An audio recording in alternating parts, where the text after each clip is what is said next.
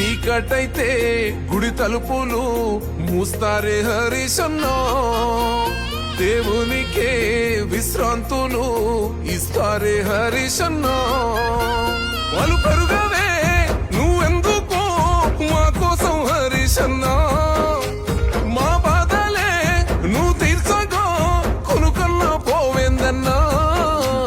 నీ కంటి చూపెందుకో హరీశన్న మా కోసం చూస్తుంటదే, నీ ఇంటి తలుపెందుకో హరీశన్న ఎప్పుడు తెరిసుంటదే.